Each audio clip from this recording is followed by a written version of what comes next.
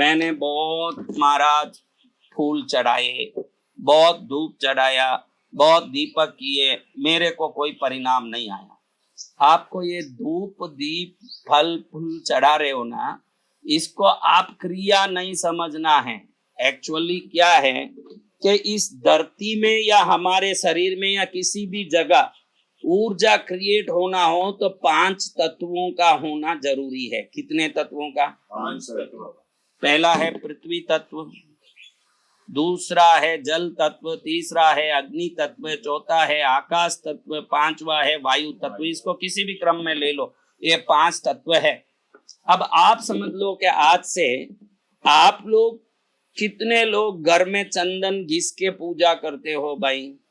तो कौन से चंदन से करते हो? रेडी चंदन, रेडी वाला जो आते हैं। हाँ, तो वो कभी ये जो रेडी वाला डिब्बा बेचते हैं, पूरे भारत में करोड़ों में बेच रहे हैं, ये मुझ पर नाराज ना हो जाएं, लेकिन आपको ये बता दूं कि हम ये चंदन पूजा भगवान को खुश करने या उधर सुगंध आने के लिए नहीं करते हैं। इस दुनिया में जितनी भी तत्व की चीजें हैं, जल वायु आकाश अग्नि पृथ्वी, इसका डेंसिटी मटेरियल को उधर लगा देते हैं, क्योंकि हम 365 दिन 24 घंटा क्या चंदन लगाते रहेंगे? हम एक बार सुबह में लगाएंगे और अगले दिन सुबह एक बार लगाने वाले हैं। ये 24 घंटे तक वो एनर्जी बार रिसाइकिल होना हो तो वो डेंसिटी मटेरियल होगा, तो ही वो अर्थ एलिमेंट पृथ्वी तत्व वहां काम करेगा। तो हमारे पूर्व ऋषियों ने देखा कि मैं मिट्टी लेके भी यंत्र पर डाल दूं।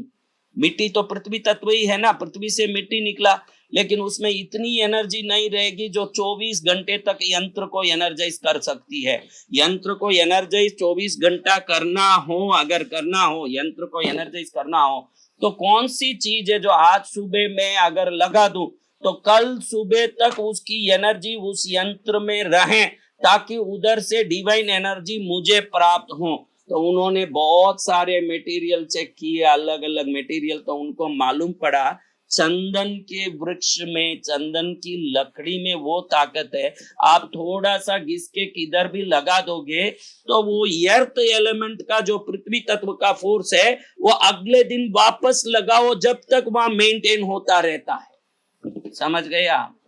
तो आपको एक बार पूजा करना है और 24 घंटा उसका फायदा उठाना है, तो हमारे ऋषि मुनियों ने कहा कि चंदन की लकड़ी ले, थोड़ा सा घिस ले और उसको लेके गीले गीले को यंत्र पर लगा देगा, तो अगले दिन जब तू पूजा करेगा तब तक वहां अर्थ एलिमेंट का यानी पृथ्वी तत्व का एनर्जी रहेगा। अब आपने चंदन की लकड़ी से पृथ्वी तत्व को उधर स्थापित किया। क्या किया? यानी आज हम पहले समझ गए कि चंदन पूजा नहीं है, वो चंदन पृथ्वी तत्व को यंत्र में प्रवेश कराने का बहुत बड़ा विज्ञान है, ये एक समझ गए। अब चंदन के बाद पुष्प, सुगंधी पुष्प ही चढ़ाना चाहिए। गुलाब, मोगरा, चंपा, चमेली, तुलसी। शास्त्र ये क्यों कहता है? जितना सुगंधी पुष्प होगा, जाति पुष्प सबसे सुगंधी है, तो उसमें आकाश तत्व उतना ही पावरफुल होगा। पुष्प आकाश तत्व है, स्पेस एलिमेंट। क्या एलिमेंट? यानी चंदन लगा के हमने पहले पृथ्वी तत्व को अंदर एंटर कराया यंत्र में, वो 24 घंटा ही रहेगा। आप बोलो कि मैं आज टिक्की लगा दिया, अगले शिवरात्रि में ही वापस लगाऊंगा, तो शिव जी को कोई नाराजगी होने वाली नहीं है। तुझे शिव जी की कृपा नहीं मिलेगी, वो शक्ति नहीं मिलेगी, सीधी बात यही है। तो अब तू पुष्प चढ़ाता है वो यंत्र पर, तो पुष्प नहीं चढ़ा रहा है उन देवताओं को, आकाश तत्व को यंत्र में या मूर्ति में प्रवेश करा रहा है। क्या करा रहा है? क्या चीज को?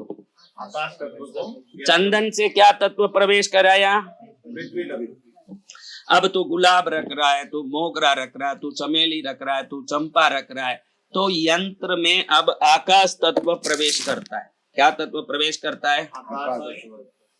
तो इसमें 5 तत्व प्रवेश करेगा, तो उसमें जो देवता हैं वो जागृत होने की तैयारी करते हैं। उससे भी जागृत नहीं हो जाते, हम पूरा देख लें एक बार व्यवस्थित। तो हमको कंपलसरी छोटा सा चंदन की लकड़ी घर में रखना चाहिए, भले ही वो 200, 300, 500 रुपए का हो, असली चंदन हो, घिसने का एक छोटा पाटा हो, 2 मिनट एक बिंदी लगाएं, जितना घिस लें, 1 मिनट में भी उतना घिस सकते हैं, 2 मिनट में भी घिस सकते हैं, एक बिंदी लगाएं। लेकिन ये डब्बे में जो 80 रुपए में चंदन पाउडर नाम के पाउडर आते हैं, ये सब कोई 24 घंटा ऊर्जा यंत्र को दे नहीं सकते। और आज ये पीले पीले चंदन के पाउडर, ये जो दुकानों में, पूजा दुकान में मिलते हैं, अष्टगंध पाउडर, चंदन पाउडर, इस नाम के पाउडरों को ला ला के दुनिया के लोग लगाते रहते हैं। फिर बोलते हैं गुरु जी ठग है, देवी ठग है, भगवान ठग है, मंदिर ठग है, मैं एक ही सत्यवान हूं, बाकी सब ठग है। अरे नालायक, पहले पूजा कैसे करना अच्छे से समझ ले। अगर तू पूजा व्यवस्थित कर लेगा, तू ना बोलेगा तो भी पद्मावती आके खड़ी हो जाएगी, फिर तो उसको खड़ना पड़ेगा। हाँ, मैं बोलूं कि 2 को कितने से गुना करें तो 6 आएगा, तो 2 को 3 से गुना करे तो 6 आएगा। ऐसे मैं बोलूं नहीं गणित का मास्टर मेरा दोस्त है, इसलिए मैं 2 को 2 से गुना करूं तो 6 आएगा। तू किसी भी प्रकार का दोस्ती रख, लेकिन 2 का गुणा 3 से होगा तो ही 6 आएगा। तो यंत्र भी मैथ्स के हिसाब से, गणित से ही चलने वाला। जो गणित सही कर दिया तो उसमें से रिजल्ट आ जाएगा। और ये रिजल्ट आने के लिए तुझे आस्तिक नास्तिक होने की जरूरत नहीं है, यंत्र पूजा का ज्ञान रखने की जरूरत है। अब देखो, हम पुष्प चढ़ा के आकाश तत्व को उसमें प्रवेश कराते हैं, भले ये मूर्ति हो या यंत्र, दोनों के लिए समान विज्ञान है। अब तीसरा धूप करते हैं। क्या करते हैं? और जो धुआं निकल के यंत्र की तरफ जाता है, ये सब डेंसिटिव एलिमेंट्स को सेलेक्ट किया, यानी फैन नहीं छोड़ सकते यंत्र के सामने, पंखा दौड़ावे तो वायु तत्व प्रकट नहीं होगा, वहां होगा, लेकिन जैसे ही फैन बंद होगा वैसे ही वो ऊर्जा खत्म हो जाएगी। धूप में जो सुगंध निकलता है ना, वो सुगंध के साथ जब वो वायु उधर यंत्र की तरफ जाता है, तो वो सुगंध में रहने वाले परमाणु वायु के साथ जब यंत्र में प्रवेश करते हैं, अगले दिन तू धूप करे जब तक वो वायु तत्व को यंत्र में पकड़ के रखता है। इसलिए एकदम सुगंधित धूप होना जरूरी है। कैसा धूप? हाँ, धूप हल्का दो भैया, थोड़ा कम पैसे वाला दो। तो वो तो कम पैसे वाला दुकान वाला दे देगा, लेकिन परिणाम भी कम पैसे वाला टाइप का ही आएगा।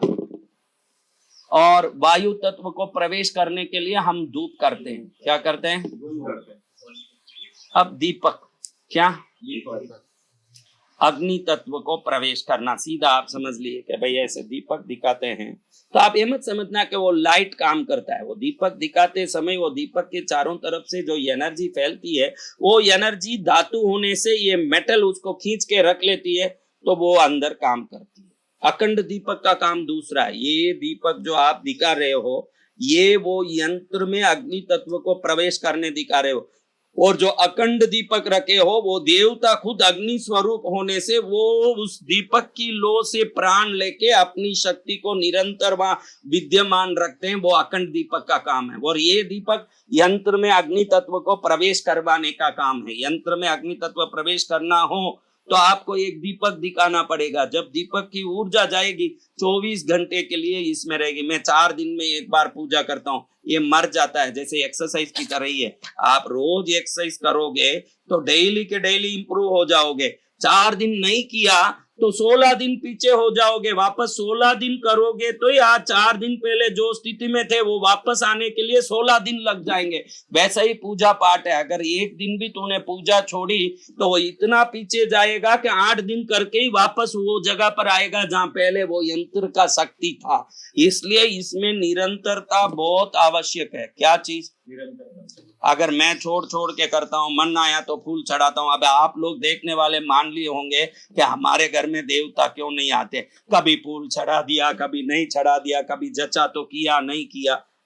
अब हमारे दक्षिण में आप देखोगे 100% सभी दक्षिण के लोग केला या नारियली मंदिर ले जाते हैं और कोई चीज नहीं ले जाते।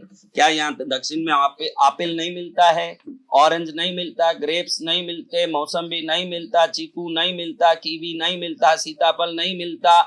हाँ, सब मिलते हैं। तो केला और नारियली क्यों ले जाते हैं? बड़े ज्ञानी लोग हैं ये सब, पुराने ऋषि मुनियों के बताए हुए संस्कारों को पकड़ के चलने वाले। आप देखो, ये संसार में 2 ही चीज है जो बिना बीज के उगते हैं। आपिल बीज से उगता है ना, आपिल का वृक्ष। भाई मौसम्बी के बीज से मौसम्बी आएगा, नारंगी के बीज से नारंगी आएगा। तो क्या केले के बीज से केला आएगा? केला तो पौधे से ही आएगा, पौधे से पौधा, पौधे से पौधा। नारियल भी पौधे से पौधा, पौधे से पौधा। हमारे पुराने पूर्वजों ने सोचा कि ये बीज कोई खा के भी थूका होगा, वो थूके हुए से भी वो पौधा निकला होगा, तो किसी के थूक से निकला हुआ फल मैं भगवान को क्यों चढ़ाऊं, किसी के थूक से निकला हुआ वस्तु क्यों चढ़ाऊं, क्योंकि वो अशुद्ध है। तो मैं वो चीज जो कभी बीज से नहीं उगता, पौधे से ही उगता, वो दुनिया में दो ही चीज है। केला कभी बीज से उगता है क्या? केला का कोई बीज है? नारियल का कोई बीज है? नारियल कैसे उगता है? एक पौधा डाला, पौधे से नारियल आता है, नारियल का दूसरा पौधा रखा, नारियल आता है। केले का पेड़ एक काटा, दूसरा अपने आप बाजू में पेड़ आता है, उसका बीज नहीं है। तो जो बीज है वो कोई भी पक्षी भी खा के अपने बीट के मल के द्वारा भी कहीं डाला होगा। एक पक्षी, आजकल बहुत सारे जंगल में जो वृक्ष देखे जा रहे हैं, पक्षी फल खाते हैं और वो बीज निगल जाते हैं, और वो बीज जब मल के द्वारा बाहर निकलता, कहीं गिर जाता है, पौधा बनता है। तो आप क्या भगवान को पक्षी के मल से निकले हुए, बीज से उगे हुए, पौधे से उगे हुए फल चढ़ाओगे कि अपने थूके हुए बीज से चढ़ाओगे? इसलिए दक्षिण भारत में कोई व्यक्ति कोई फल मंदिर नहीं ले जाता, सिर्फ केला और नारियल यहाँ के दक्षिण भारत के मंदिरों में जाते हैं। यहाँ मैंने जो देखा वो बताता हूँ। उत्तर भारत का मुझे इतना नॉलेज नहीं, क्योंकि मेरा निवास उत्तर भारत में नहीं है, तो मैं यहीं रहता हूँ, इसीलिए यही बात कह सकता हूँ कि यहाँ ऐसे पौधे आपने देखे जो अपने आप पौधे से पौधे उगते हैं, उसी में लोग लाभ लेते हैं, नारियल चढ़ाते हैं, केला चढ़ाते हैं। अब ये सब जल तत्व है, आप समझो, मिठाई चढ़ाओ, फल चढ़ाओ, कोई भी चढ़ाओ, बिना कोई जल का, बिना कोई जल की प्राप्ति से कोई दान उगेगा क्या? फल उगेगा क्या? तुम बोलोगे हम सूखी रोटी से, सूखे आटे से रोटी बनाएं, आटा गूंथने के लिए पानी डालना पड़ेगा कि नहीं? दाल बनाने के लिए पानी डालना पड़ेगा कि नहीं? तो आप कुछ भी रसोई बनाओ, नैवेद्य बनाओ, फल फूल दुनिया के कोई भी चीज हो, ये पानी को पकड़ के ही चलते हैं। तो हम पहले पृथ्वी तत्व के लिए चंदन लगाते हैं, वो चंदन लकड़ी से घिसा हुआ होना।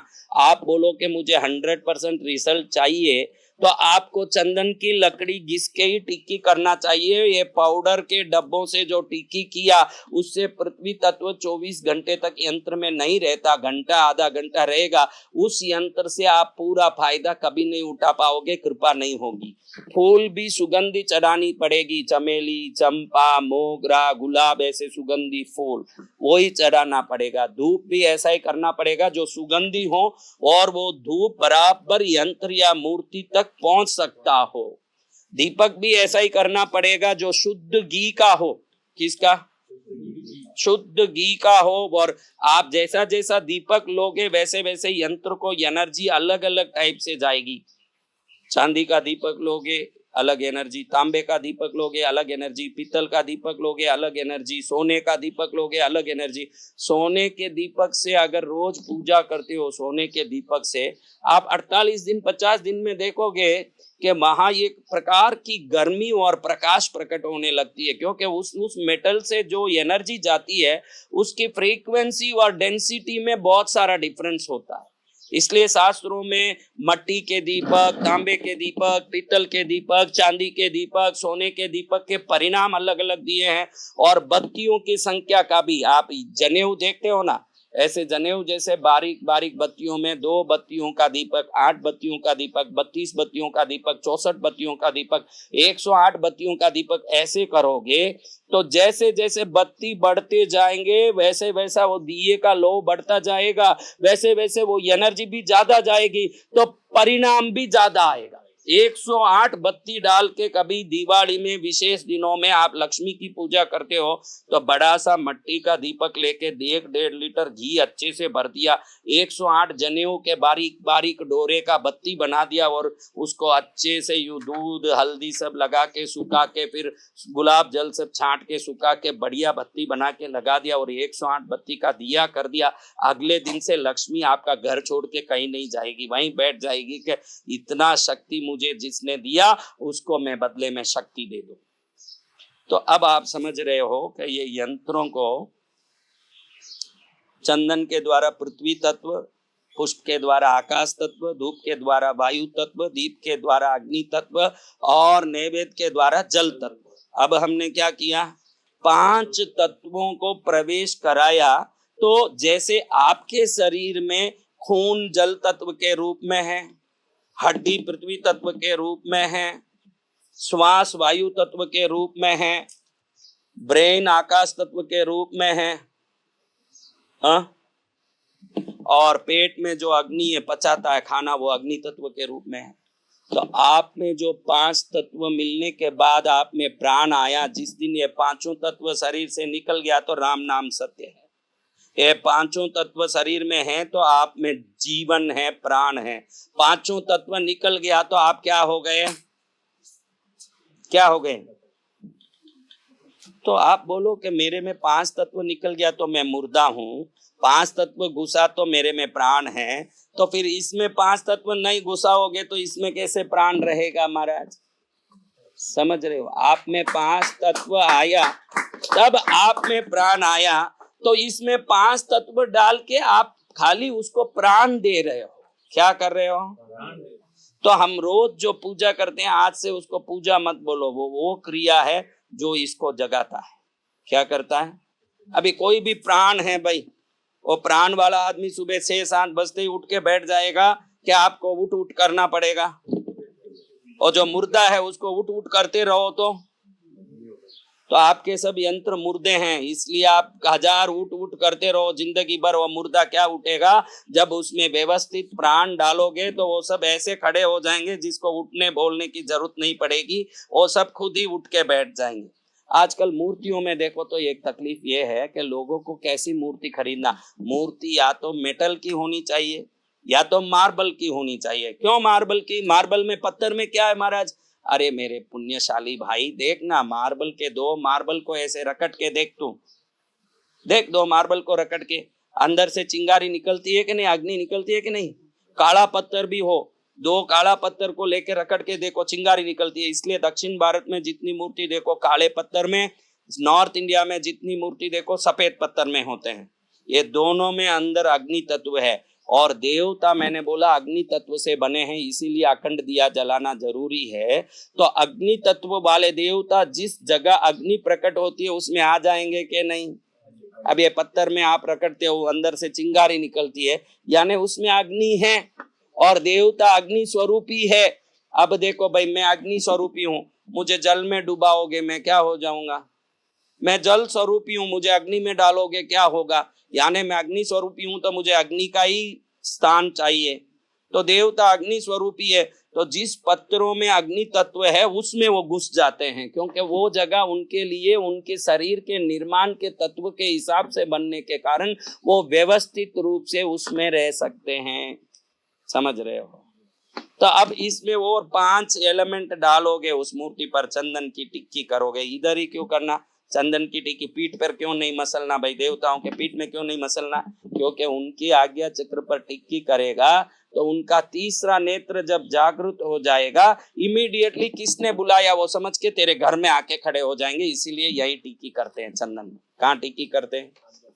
हाँ, यही देवताओं के। हम जहाँ टिक्की करते हैं वहां उनको करते हैं। हम हमारी आज्ञा चक्र जगाने कर रहे हैं, उनकी तो आज्ञा चक्र पहले से जगी हुई है, लेकिन उनको हमारी तरफ मोड़ने के लिए, हमारे घर की तरफ लाने के लिए हम इधर टिक्की करते हैं। मालूम पड़ जाए कि पुनीत ने याद किया, मैं वहां जाऊं, बस किसने याद किया तो वो देवता वहां दौड़ते हैं भाई महाराज।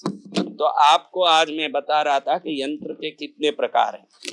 अंक वाले यंत्र हमने देखा, ये सब अंक वाले यंत्र, संतान विवाह यंत्र, विद्या प्राप्ति यंत्र, ये सब अंक वाले यंत्र। अंक वाले यंत्र में भी ये चंदन की पूजा, पुष्प पूजा, धूप पूजा, दीप पूजा, नैवेद्य पूजा जैसे ही होना, जैसे मैंने बताया बेटा, उसमें गड़बड़ होना नहीं चाहिए।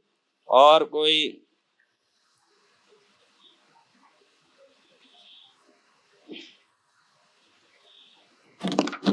इस यंत्र पूजा में मैंने बताया कि अगर नंबर हैं इसमें, हर नंबर पर आपको चंदन लगाना पड़ेगा। हर नंबर पर कुमकुम नहीं लगाओ तो चलेगा, चंदन से उसमें पृथ्वी तत्व घुसता है। देवियां होने से हम कुमकुम लगाते हैं, क्योंकि हल्दी से, नींबू से, चूने से बना हुआ कुमकुम से देवी शक्तियां जागती है।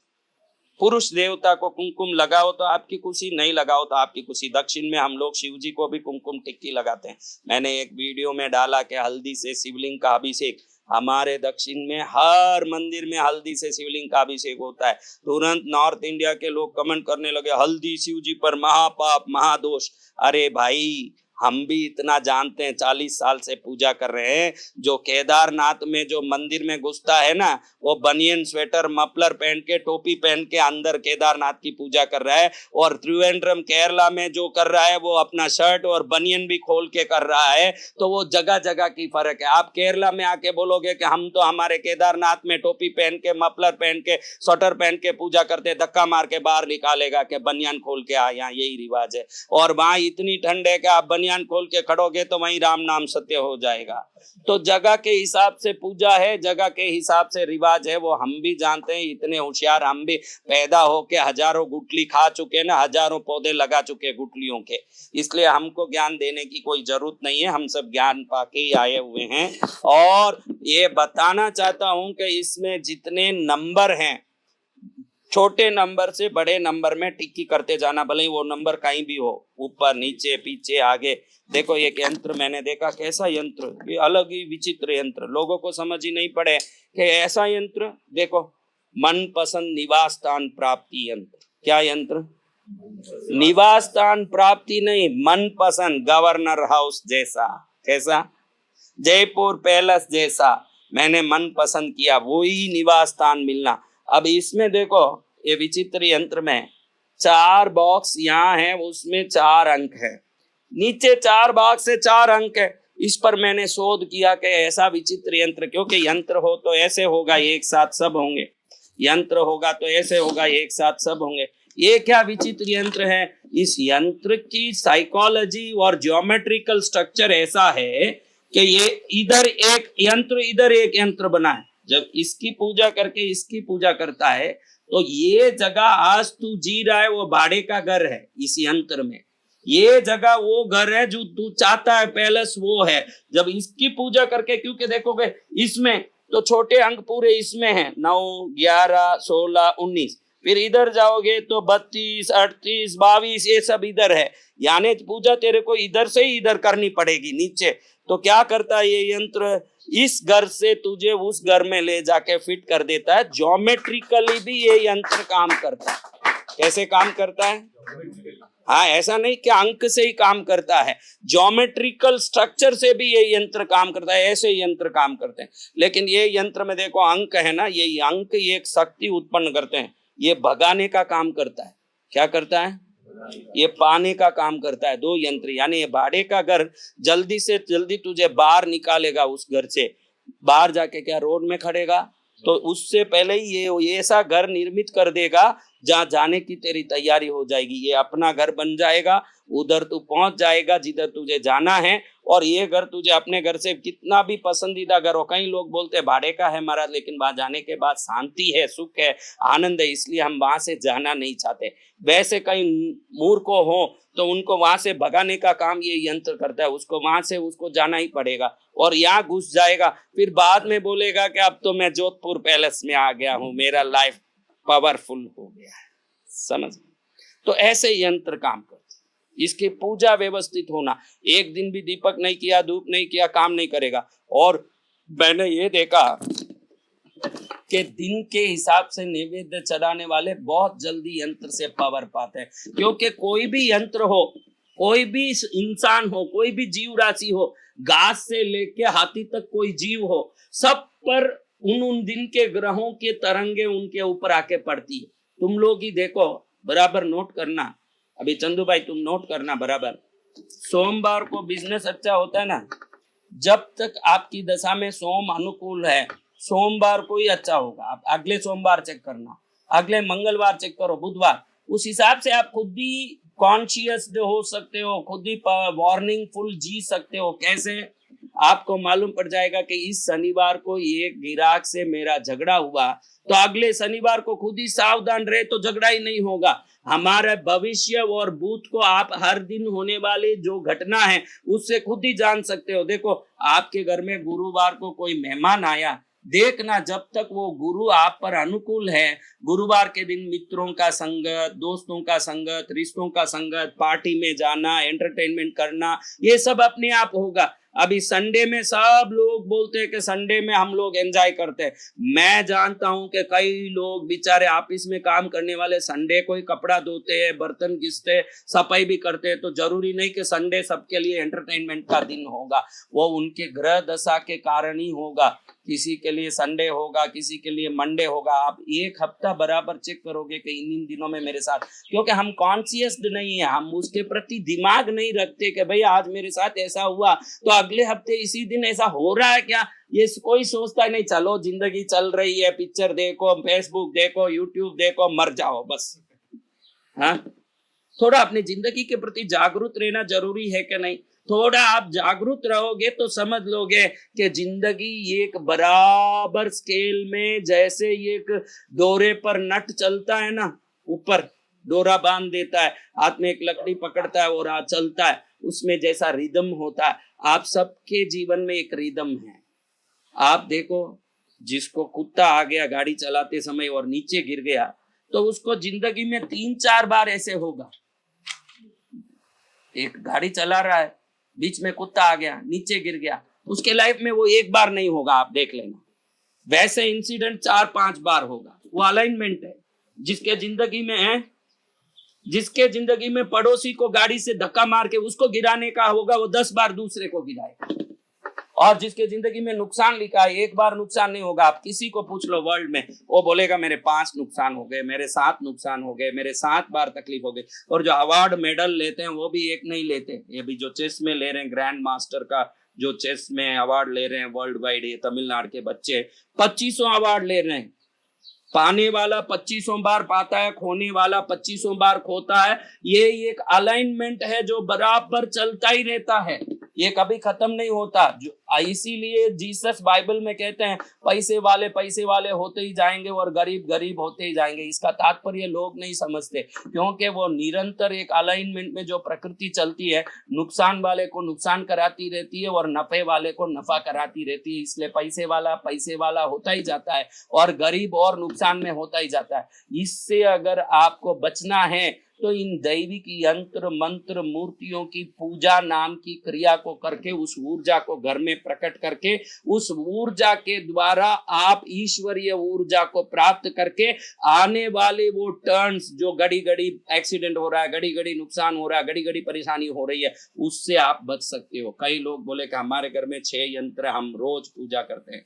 तो रोज पूजा करता है ये मायना नहीं रखता है, कैसी पूजा करता है ये मायना रखता है। मैंने कहा जैसे चंदन की लकड़ी घिस के तुझे टिक्की लगानी पड़ेगी, सुगंधी फूल रोज चढ़ानी पड़ेगी, और जिस समय पूजा करता है वो टाइम भी मायना रखता है। देखो आप ध्यान रखो, हमारे साउथ इंडिया में तमिलनाडु, आंध्र, केरल, कर्नाटक, तेलंगाना, ये 5 स्टेट में कोई भी मंदिर 12 बजे बाद खुलता नहीं है दोपहर में, और वापस 4 बजे ही खुलेगा। ये सभी मंदिर 12 से 4 बंद रहते हैं, क्योंकि यहाँ के लोग अच्छी तरह जानते हैं कि 12 के 4 के अंदर जब बहुत ज्यादा धूप और कड़क ड्राइनेस रहता है, उस समय में 5 एलिमेंट एक समान अलाइन नहीं रहते हैं, खाली फायर एलिमेंट ज्यादा रहता है, यानी आपके यंत्र विसंगत हो जाता है। और लोगों को पूजा करना चाहिए सुबह 5 बजे के 8 बजे के अंदर, शाम को 5 बजे से 8 बजे के अंदर। आज आपने जिस टाइम पूजा की, अगले दिन बराबर उसी टाइम पूजा कर रहे हो, तो आप बराबर उसमें एनर्जी के साइकिल को मेंटेन कर रहे हो।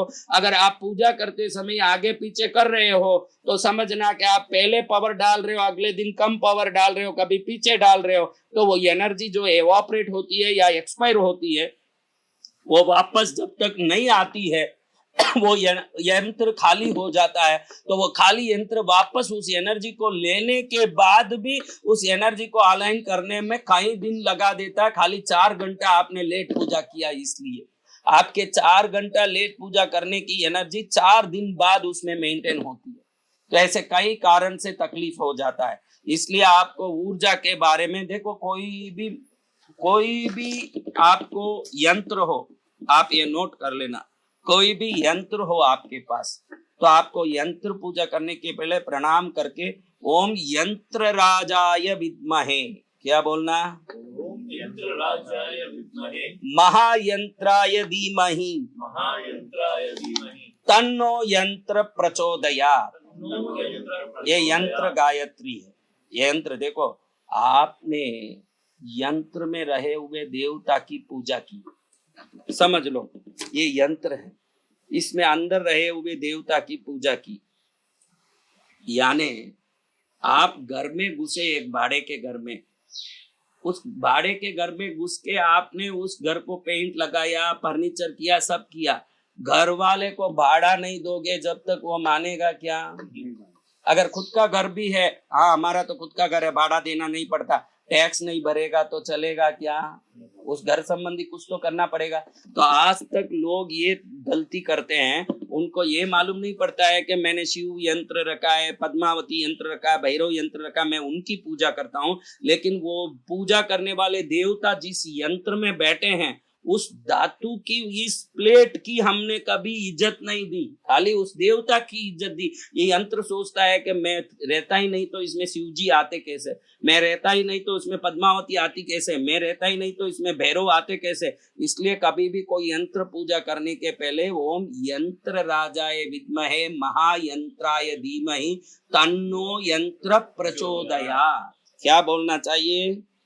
ओम यंत्र राजाय विद्महे महायंत्राय धीमहि तन्नो यंत्र प्रचोदयात्। अगर आप ये कह देते हैं तो आप पहले घर वाले को भाड़ा चुका देते हैं, टैक्स भर देते हैं, फिर आप अंदर घुस के फर्नीचर करो, डाइनिंग टेबल पर बैठो, पिज्जा खाओ, नूडल्स खाओ, मैगी खाओ। राम जाने आप क्या खाते हो, हम तो नहीं खाते हैं। इसलिए आप जो खाते हो उन सब की बातें मैं बता रहा हूँ बेटा। तो इस क्या बोलना चाहिए?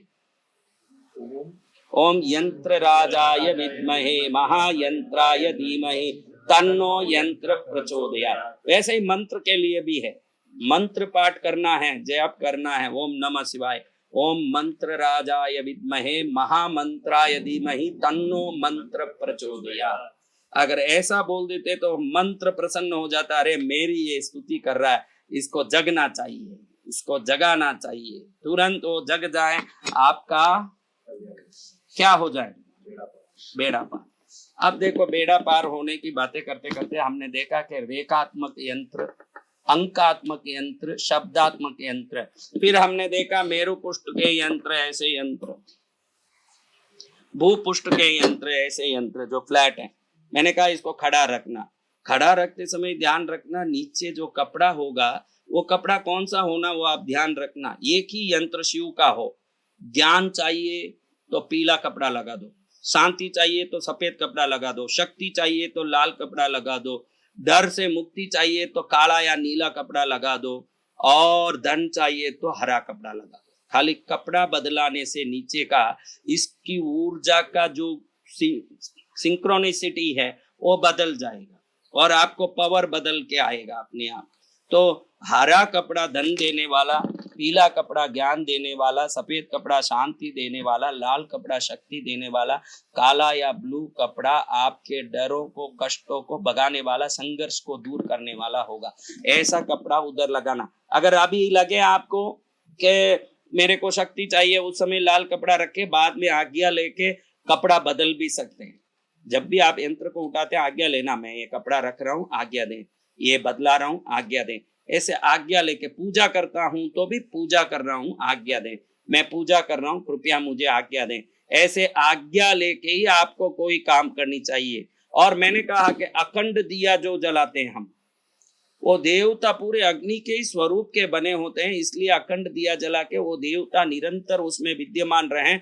ऐसे परमानेंट अखंड दिया जलाना, ये परमानेंट अखंड दिया को और या यंत्र में दिखाने वाले दीपक को कोई संबंध नहीं है। यंत्र में दिखाने वाला दीपक यंत्र में अग्नि तत्व के प्रवेश के लिए, अखंड दीपक उस यंत्र के देवता के शरीर में अग्नि की ऊर्जा को निरंतर मेंटेन करने के लिए। इसलिए हर घर में, जिस घर में अखंड दिया होगा उसका मंगल होगा। अखंड दिया तो बहुत दूर जो छोटा सा दीपक करते हैं उसमें घी डालने के लिए भी दुकान में जाके बोलते हैं भैया वो पूजा वाला घी दे दो ना, जो हल्का वाला कम भाव का है वो दीजिए। 90% लोग वही मांगते, पूजा वाला घी दीजिए।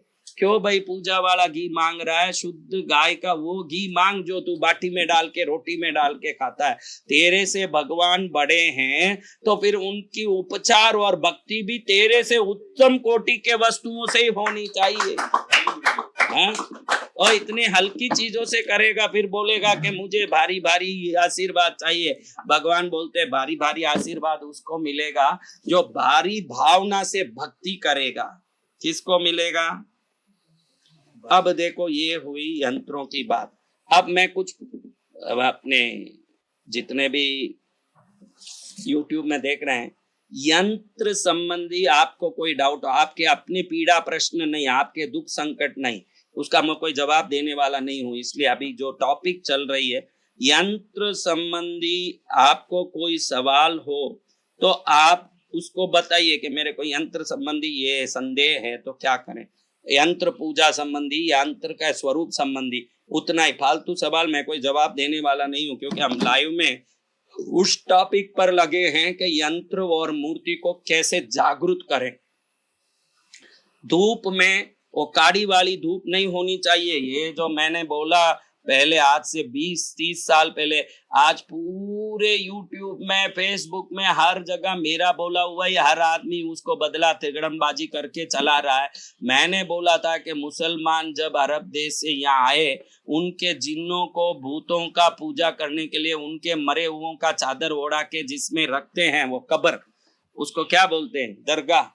उसमें पूजा करने के लिए वो लोग अगरबत्ती साथ में लाए, क्योंकि मरे हुए लोगों को बांस की काड़ियां बहुत पसंद है। इसलिए हम भी, हमारे जो घर में कोई भी ऐसे मौत हो जाती है तो हम बांस से बने हुए सीढ़ी से ही आज भी हम अपने मरे हुओं को मसान तक ले जाते हैं, क्योंकि बांस और मरे हुए लोगों का एक सीक्रेट कनेक्शन है।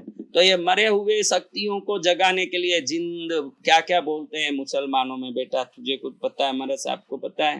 परी।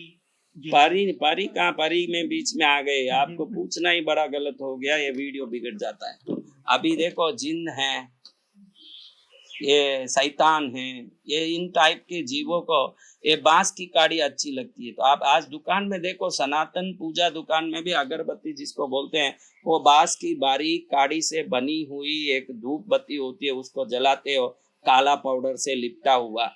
वो कभी नहीं जलाना। पूजा करते हो तो वो धूप स्टिक लेना जिसमें अंदर कोई बांस की काड़ी या कोई प्रकार का लकड़ी का कोई संबंध उसमें नहीं हो, प्योर धूप पाउडर से बना हुआ धूप स्टिक हो। उसको आपने जला दिया तो आपको लाभ होगा, क्योंकि आजकल सब सिंथेटिक है, ये एक भी रियल एसेंस से बना हुआ धूप नहीं है। हमने कई बार सबको पूछा, अलग अलग सिंथेटिक लिक्विड को ऐड करते हो, मिक्स करते हो वो एक सुगंध बनता है, मोगरे का, गुलाब का सुगंध बनता है। तो सिंथेटिक केमिकल का ही एसेंस को सेंट बना के आजकल धूप बनता है। रियल धूप है ही नहीं। आपको रियल धूप चाहिए तो गुगुल ले लो, शुद्ध गुगुल ले लो, थोड़ा इलायची ले लो, थोड़ा लवंग ले लो, थोड़ा केसर ले लो, कपूर ले लो, और इन सबको खुद ही कूट लो अच्छे से। और इलायची, केसर, लवंग और गुगुल, इन सबको कूट के, कपूर डाल के अच्छे से कूट के एक पाउडर बना के छोटे से मट्टी के कसूरे में जला के देखो, अगले दिन पद्मावती आपसे बोलने लगेगी। क्योंकि बोलने का कारण ये है कि वो धूप उनको जगाता है। क्या करता है? आज हमारे पास मूर्तियां हैं, यंत्र है, सब है, लेकिन जगाने की वस्तु शुद्ध नहीं है। उनको जगाने के, चंदन भी पाउडर का, घी भी पूजा का, धूप भी काड़ी का, नैवेद्य भी खोटे से खोटा जो घर में बचा पड़ा हुआ है। और सबसे बड़ा, पूजा करते समय देखो, पूजा करते समय हमारा भाव, और हम पूजा करते समय ये मान के पूजा करते हैं कि देवता हमारी सुन लेंगे, हमारा दुख सुन लेंगे, ये सोच के ही तो पूजा करते हैं। तो अब देवता आपकी बात सुन लेंगे तो जागे होंगे तो ही सुनेंगे ना, बोलो, जागे होंगे तो ही देवता सुनेंगे ना भाई, सोए होंगे तो सुनेंगे?